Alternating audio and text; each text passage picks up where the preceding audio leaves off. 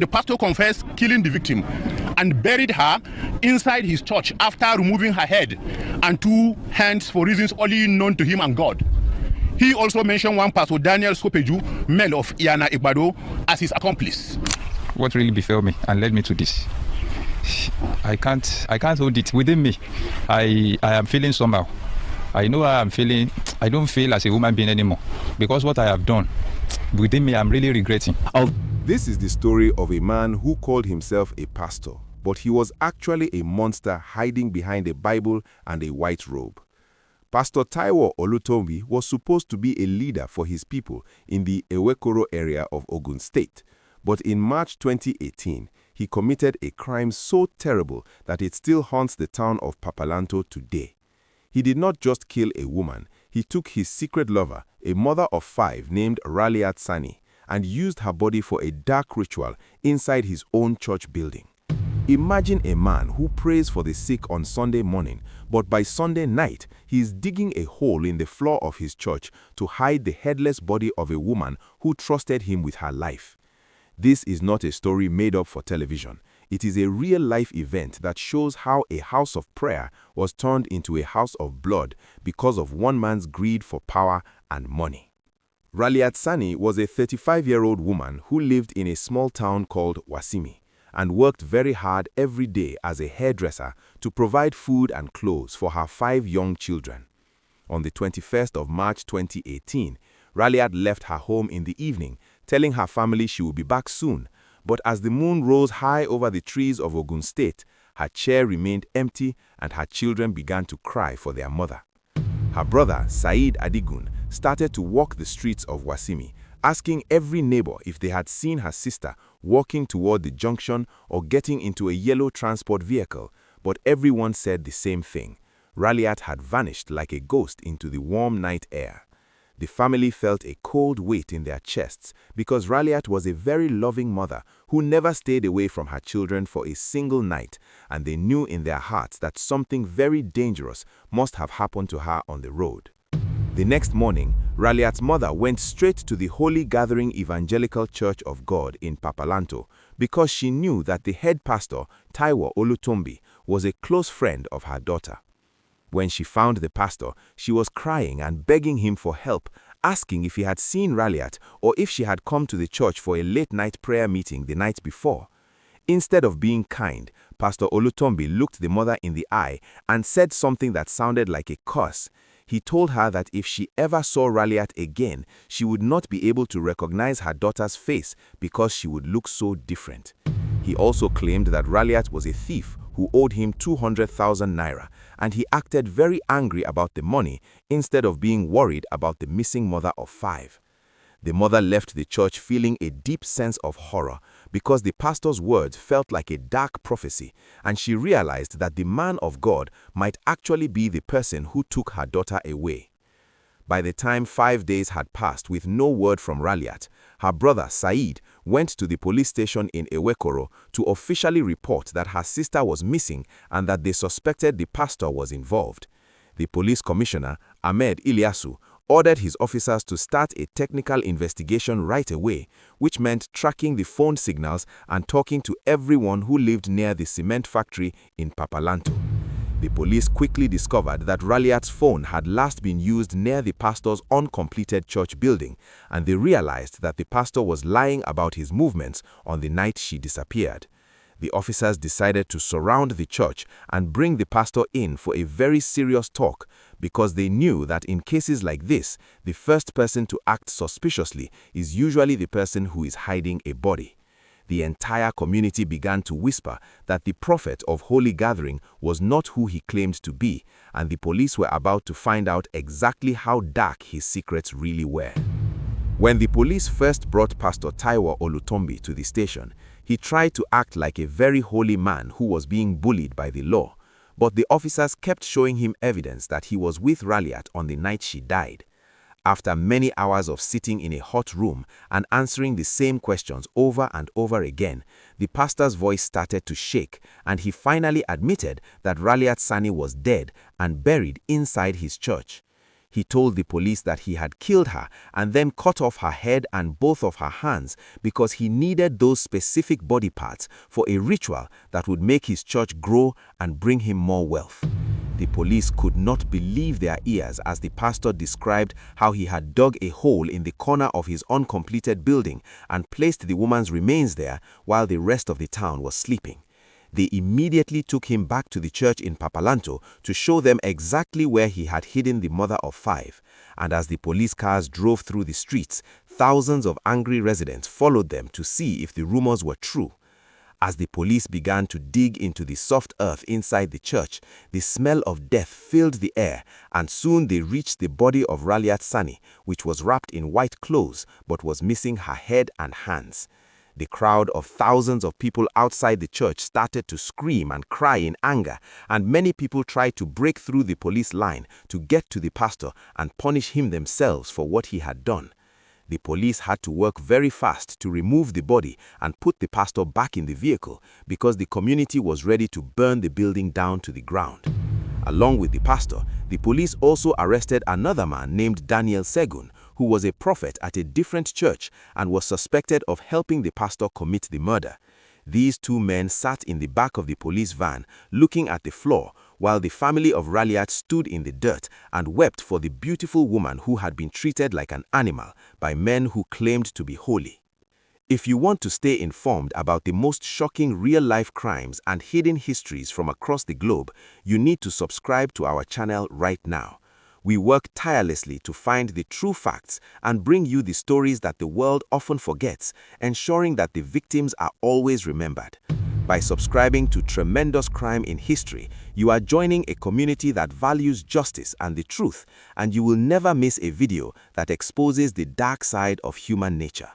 Click that subscribe button and the notification bell so you can stay vigilant and learn the lessons that history has to teach us. The police investigation revealed that Raliat was not just a church member, but she was actually the secret lover of Pastor Olutunbi, which is why she felt so safe going to meet him alone in the dark. She probably thought they were going to talk about their future or pray for her children, but the pastor had already decided that her life was worth less than the money he hoped to make from the ritual. This was a massive betrayal because Raliat had given her trust and her heart to this man, and he used that love to lure her into a trap where she had no way to defend herself. The police found out that the pastor had been planning this for weeks, talking to other prophets about how to get the most power from a human sacrifice. It was a cold and calculated plan that showed that the pastor did not have a single drop of mercy in his soul, even for the woman who cared for him and believed in his mission as a man of God. The police also looked into the life of the second suspect, Daniel Segun, and found that he was a close partner who helped the pastor arrange the meeting and prepare the tools for the killing. These 2 men used their positions in the white garment churches to pretend they were doing God's work while they were actually serving their own greed and the dark desires of an occult group. The investigators collected the knives and the blood-stained items from the church to make sure they had enough evidence to keep both men in prison for the rest of their lives. The people of Ogun State were terrified because they realized that if a pastor could do this to his own lover, then nobody was truly safe in a place where people were supposed to find refuge. The police promised that they would not rest until every person involved in the ritual was brought to justice and forced to answer for the blood of the innocent hairdresser. During the second round of questioning, Pastor Olutunbi tried to change his story to make himself look like he was forced to watch the crime instead of being the one who did it. He told a terrifying story about a group of 7 people who arrived at the church wearing red and black robes and carrying 7 small bowls called calabashes to hold the blood of the victim. He claimed that these people were part of a secret occult group and that they brought Raliat into the church with a red cloth tied over her eyes so she could not see the knives they were carrying. According to the pastor's news story, a man named Mr. Shuku was the one who actually cut Raliat's head off while the other 7 people stood in a circle and cut the blood in their bowls. He said he stood in the corner of the room shaking with fear and asked the group why they were killing the woman, but they told him to be quiet and go back to his room because this was the price for the power he wanted. This part of the story is incredibly disturbing and shows how far some people will go for power. We want to honor the memory of the victim today. Please go to the comments section and write the words "Justice for Raliat" to show that we stand against these types of crimes. Also, tell us if you believe the pastor's story that he was forced to watch, or if you think he was the leader of the whole ritual. Your comments help us grow and reach more people with these important warnings.